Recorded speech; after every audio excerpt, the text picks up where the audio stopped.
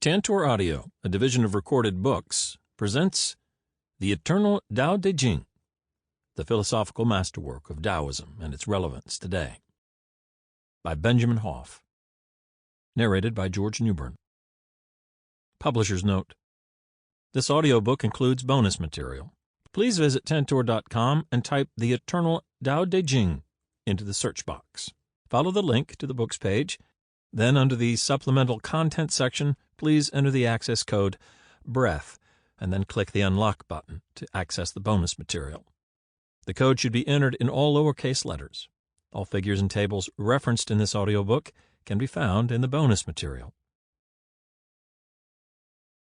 There existed something hazy and whirling, completed before heaven and earth's beginning. In silence and emptiness, it stood alone and unchanging. In cycles it moved, but did not wear down. It could be considered as being the mother of all under heaven. I do not know its name. To designate it, I call it the Way. From Chapter 25 of the Tao Te Ching. Introduction. The ageless wisdom of a long-obscured masterpiece. All great spiritual teachings, it would seem, are founded by complex minds driven by the desire for simplicity. Minds that observe and reflect on deep, complicated matters, reduce them to their vital components, and then communicate these in ways that are easily understood by others. But after the founders are gone, the followers, those of simpler minds, complicate things.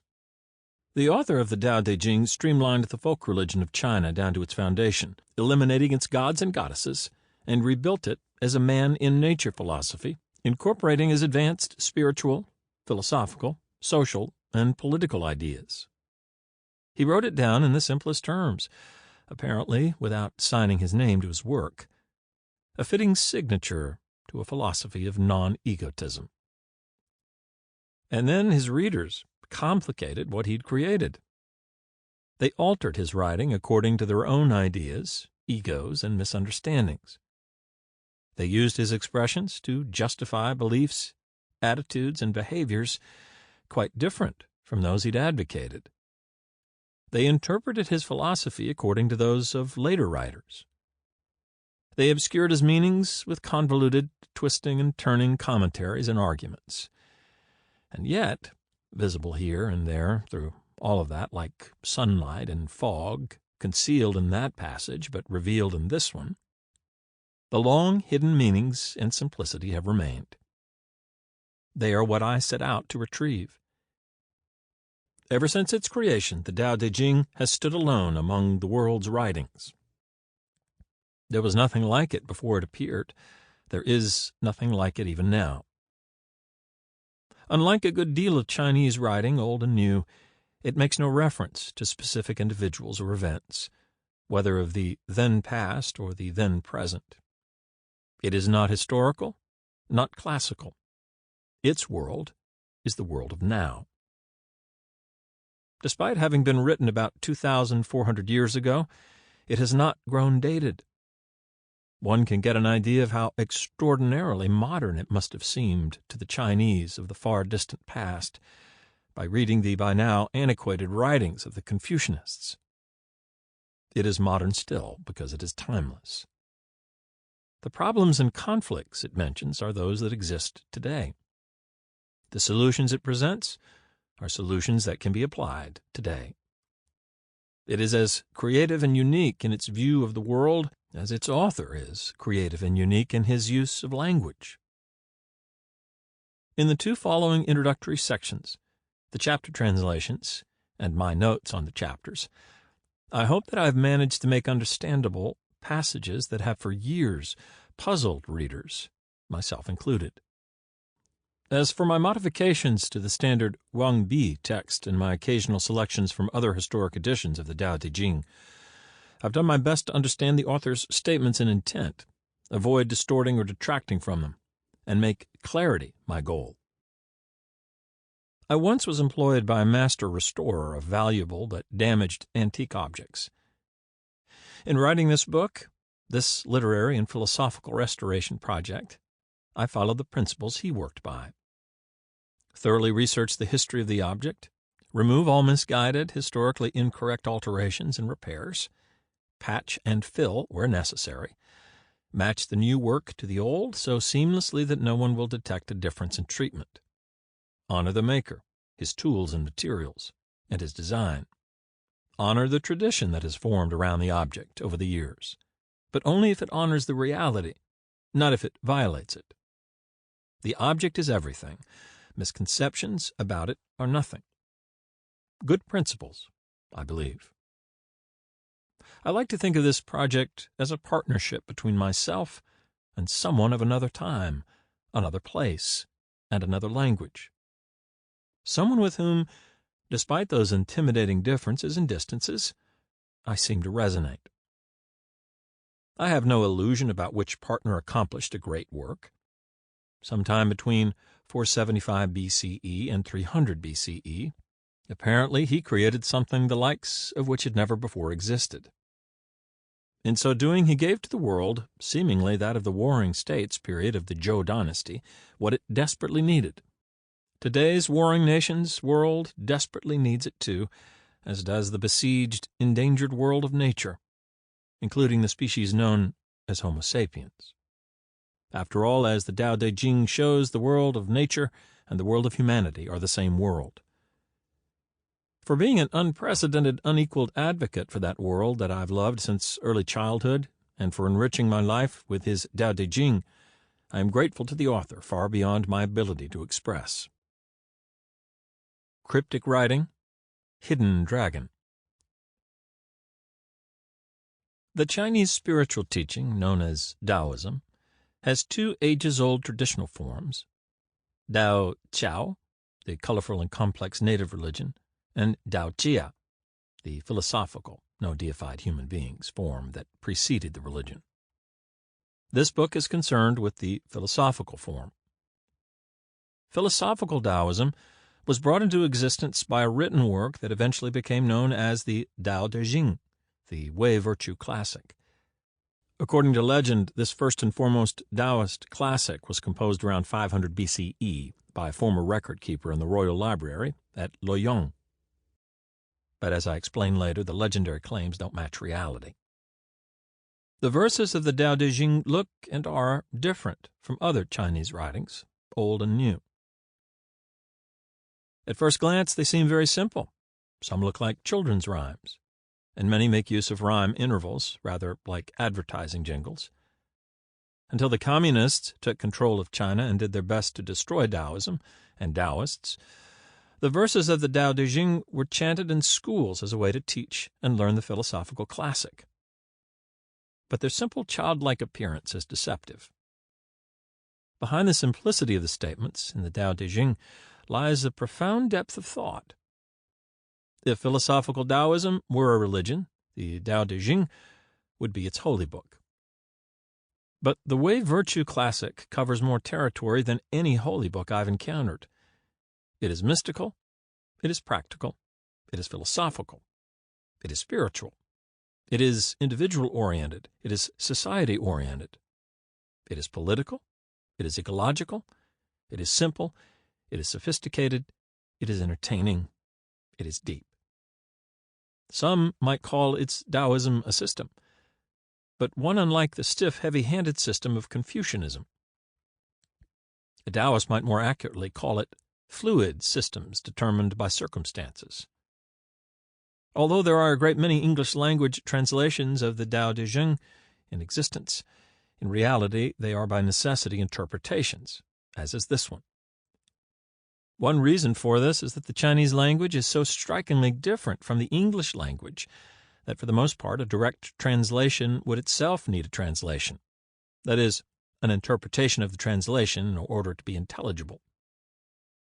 Another reason is that the author does not consistently use Chinese characters in what would today be considered the classical manner. In some places he plays fast and loose with them, as though making up a language of his own. Chinese writing could be called a sort of shorthand, but the author often uses characters as a cryptic, minimalist shorthand and sometimes uses them in the most basic pictographic ways, all of which makes the verse collection a puzzle as well as a work of literature.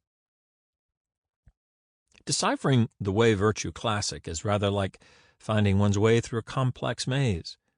With many of the characters, the translator-interpreter has a variety of meanings to choose from, each of which can result in progress or lead to an impasse. And there are other difficulties. Over the centuries, Chinese scholars copying the Tao Te Ching sometimes inserted their own thoughts or other material into the text. Lazy, sloppy, or inadequately educated copyists introduced many errors, some very obvious, others less so. And as explained in Ancient Pictures, Ghostly Voices, the post-Tao Te Ching advent of the writing brush brought about frequent, sometimes extreme alterations to the meanings of the characters in use when the work was written. Consequently, for accuracy and fairness to the author, a translator-interpreter needs to research and use the original meanings, not merely translate from the more modern brush characters or translate the ancient characters into writing brush characters and use their meanings. As far as I can determine from the wording choices in all of the English language editions in my extensive collection of Tao Te Chings, I am the first English language translator-interpreter, difficult though it is for me to understand why, to go by the meanings of the ancient characters. The original meanings approach of this book may make it unique among all editions. I say this because I haven't heard or seen evidence of any edition in any country incorporating any of the meanings I've come across. If other interpreters had made any of those game-changing discoveries, I believe I would have heard or read about it. The standard Wang Bi Tao Te Ching text used as an authoritative source by most scholars and myself contains what seems the smallest number of errors and tamperings, although in my opinion it contains a great many, and reads the most consistently. Even so, a translator-interpreter ideally needs to be a linguistic code-breaker as well as an author profiler in order to decipher statements, and a point about which I'm extremely particular, to determine which are most likely original and which are most likely the work of others. At least in my opinion, the important question is not whether a translation interpretation is perfectly accurate to any Chinese text, because no original has yet been found. All existing old texts are flawed copies, and perfect accuracy has therefore been rendered impossible. The important question is, or should be, what is the author saying? Being scholarly, vital though it is, only takes one so far in deciphering the unique work of writing known as the Tao Te Ching. In addition, one needs a working knowledge of Taoism coupled with empathy, the ability to read the author's intent. Following the traditional outside-looking-in scholarly approach to translating and interpreting the Tao Te Ching results in the sort of work that produces a sensible statement here, but nonsense there. Consider the first two statements made in the first chapter section of the Tao Te Ching. In classical Wade-Giles romanization, they read, Dao ko Dao, Fei Chang Dao, Ming ko Ming, Fei Chang Ming. Dao in this case means way, path, or road. Ko means can be. It changes whatever noun follows it into a verb, so the second Dao means wade. Fei is an emphatic, not negative opposition contradiction, or wrong. Chang means constant, consistent, unchanging, or everlasting, eternal. Ming in this context means name or title. So a basic translation would be, way can be weighed, not eternal way. Name can be named, not eternal name. Filling things out, we get, the way that can be weighed is not the eternal way. The name that can be named is not the eternal name.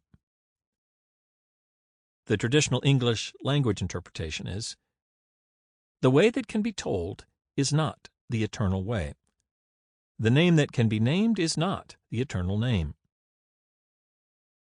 But Dao Ko Dao does not translate as way can be told. It translates as way can be weighed. Weighed would mean way put into action, or way done. How does one do away a path or a road? By telling about it or by following it? A more appropriate interpretation, I believe, would be, the way that can be followed is not the eternal way. The name that can be named is not the eternal name. Isolated from the rest of the chapter, that interpretation may seem more confusing than the usual one, since the rest of the chapter can help one to realize what the two lines are referring to.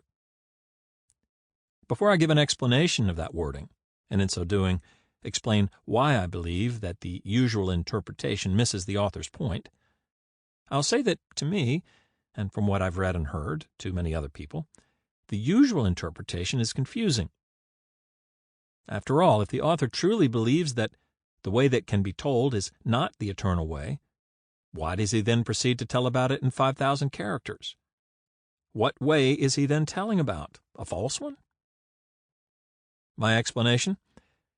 The way that can be followed is the earthly world aspects of the divine universal power, personified by the author in Chapter 6 as Kushen, the valley spirit. It could be called the way of nature. It is visible in its actions and therein revealed character, both of which the author throughout the Tao Te Ching urges rulers and subjects to emulate. Due to the impermanence of all physical life, the way of nature, the valley spirit, is here on loan, not for eternity. It will not die, Chapter 6, but it can leave. The eternal way is the spirit world aspect of the divine universal power. The author in other chapters calls it Din Dao, the way of heaven. As Chapter 14 points out, it cannot be apprehended through the senses, but it can be told about, as various chapters show. Therefore it cannot be followed, cannot be emulated. It is everlasting. The name that can be named is that of the way then can be followed, Kushen, valley spirit, also known as Xuan Bin, mysterious female. The eternal name is that of the eternal way.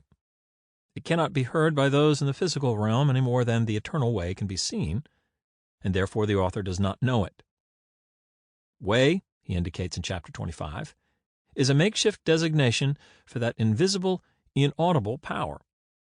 In Chinese terms, a style, zu, not a name, ming.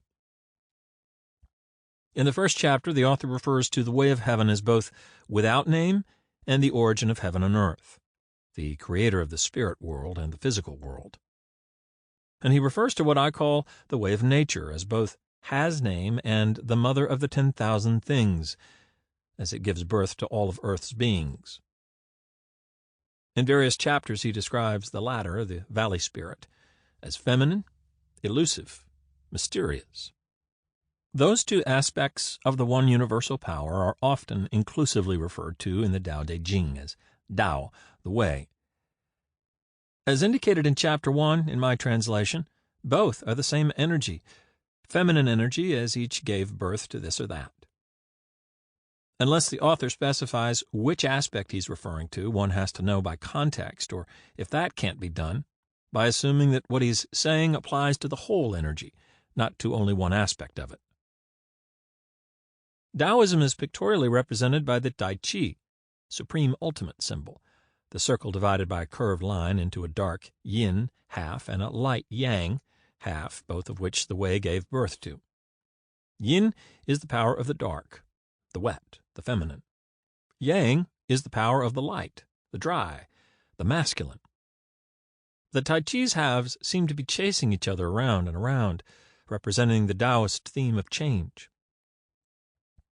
The way itself, however, does not change. It effects change. To better understand that last statement, one could visualize the Tai Chi as a slowly spinning mask, behind which, in both the spirit realm and the earthly realm, is the way. According to legend, the author of the Tao Te Ching was a man known by the shadowy appellation Lao-tzu, literally Old Master, designated in English as Master Lao, a much older contemporary and philosophical opposite of Master Kung, Kung Fu Zi, 551 to 479 BCE, known in the West as Confucius. Disgusted by the decline of the Zhou dynasty, The legend claims Master Lao left his state of Chu, rode off into the semi-barbarian wastelands, and was never seen or heard from again. However, the legend continues at Hengku Pass, he was recognized by the border guardian, who asked the master to write down his thoughts before he left, so that others could be enlightened by them. The dashed-off result, the legend concludes, was what eventually became known as the Tao Te Ching. The legend is very appealing and adds to the aura of mystery surrounding the Way-Virtue classic. But there are some things wrong with it. To begin with, there is no evidence that the old master ever existed, despite a now much doubted account of his life written in about 100 BCE by the Chinese historian Sima Qian, an account that appears to have been based both on the legend and on what might be called local gossip. Sima Qian tells us that the old master's actual name was Li Er, and that his posthumous honorific was Dan, giving him the name Li Dan. However, Li Er means long ears, and so does Dan. Li Dan would mean long ears Li. In Asia, long ears are considered a sign of good fortune, long life, and wisdom. So the historian, while claiming to give us actual names, gives us more generic titles or cliches. In contrast, there is no doubt whatsoever of the existence of the old master's alleged contemporary and philosophical opponent, Master Kung, whose writings, editings of older works, and disciple-recorded sayings established the principles of Confucianism, and whose teachings were to become the state religion of China, and strongly influenced the lives of the Chinese, the Koreans, and the Japanese for more than 2,000 years. Would it not be natural to suppose that Master Lao, the alleged founder of Taoism, the second most influential philosophy of China, would have left some proof of his existence, aside from a collection of brief verses? Also highly suspect is the claim that that collection of verses was hastily written. A careful reading of the profound statements of the Tao Te Ching should be enough to create doubt in the legendary explanation of their creation. The possibly 85% of the Tao Te Ching that I as a writer consider the work of one mind was, I believe, composed at leisure by a perfectionist, which can be deduced from the philosophical depth of its statements, the skill of their structuring, the well-thought-out and sometimes unusual choices of characters to express something extra, simply and efficiently, and the carefully worked-out rhythms and rhyme intervals throughout. Writing of that caliber cannot be hurried. According to several scholars, the Tao Te Ching's vocabulary and rhyme structure, as well as some of its ideas and phrasing, had not been in use before the Warring States period, 475 to 221 BCE. Therefore, its author could not have been the legend's much older contemporary of Confuci. Whenever in truth the author of the Way-Virtue classic wrote his extraordinary composition, why was he unknown? His existence as someone more substantial than a cliched, fictional-seeming character with a generic non-name only became verified through a questionable, long-after-the-fact history based on hearsay that had accumulated over the years about the old master, or about some old master or old masters. There have been, and there are still, plenty of old masters in China. The alleged author's alleged younger contemporary and rival, Master Kung, spent his days being ignored and dismissed by the rulers he tried to influence. Only after his death did his government reform principles and system begin to gain powerful support, yet a good deal is known about him. When he died, he had approximately 3,000 disciples, rejected though his teachings had been. One would have to believe that Taoism's founder had none. He seems to have had no school, no followers. No one apparently even knew his name. Was the second most popular philosophy in Chinese history, and the most popular Chinese philosophy in the West, created by an invisible man? When I consider the statements made in the Tao Te Ching, translated according to the character meanings in use at the time of their composition, the bitter, disillusioned old master of the legend fades away and is replaced by a young man very familiar with the writings, attitudes, and practices of the Confucianists, a young man who wants major changes made to the nation, but not the sort advocated by Confucianism. A highly educated literary genius with exceptional social awareness, a man of noble birth, he disdains the learning for the sake of accumulating ordinary knowledge that Confucianism advocates. Instead, he favors learning that will enable changes to be made, changes to improve the life of the individual and create a government responsive to and responsible for all the people, matters that will, over the succeeding centuries, prove to be largely neglected by China's Confucian system of government, one that forces the individual and the masses to honor and support the hierarchy of power, not the other way around. Rather than be a traditional scholar writing philosophical musings and commentaries, this more ambitious scholar wants to simplify and repackage the ages-old folk religion of China as part of a spiritual and social philosophy. He wants to move it forward and to make it politically viable, a force to be reckoned with, a movement of and for the people, rather than of and for the wealthy and powerful. Although he has a mind older than its years, he has a young man's fire and impatience. He also has a strange, hidden sadness. There is danger around him, possibly because to acknowledge his authorship would injure the honor of a noble family name, a high standing in society, or a scholarly reputation, and the situation forces him to keep silent. There is another possible reason for the author disguising his identity, involving another sort of danger, that I came to increasingly believe in as I progressed through the chapter translations. Rather than give that reason here, I decided to let readers discover it step by step, as I did, as they read my notes on the translations. It completely changed my understanding of the Tao Te Ching. It may well do the same for others. This young man, for some very strong and frustrating reason, cannot speak out directly or reveal his identity. So he surreptitiously records his principles, criticisms, and recommendations in writing, a Chinese tradition, and another Chinese tradition puts on a beard. He attributes his writings to a nebulous old master. Doing so not only hides his identity, it also, intentionally or not, helps to ensure that his verses will be honored and his philosophy put into practice. Why will they be? Because China, until very recently, revered the old and undervalued the new and the young. Our American society, which is brand new compared to China's, undervalues the old and reveres the new, even though the new is at best unproven and is at worst dangerous. So it is difficult for the culture of America, or that of the West in general, both of which are young compared to China's, to understand the practice of aging a literary or pictorial work, or its creator, such as has long been carried out in the East.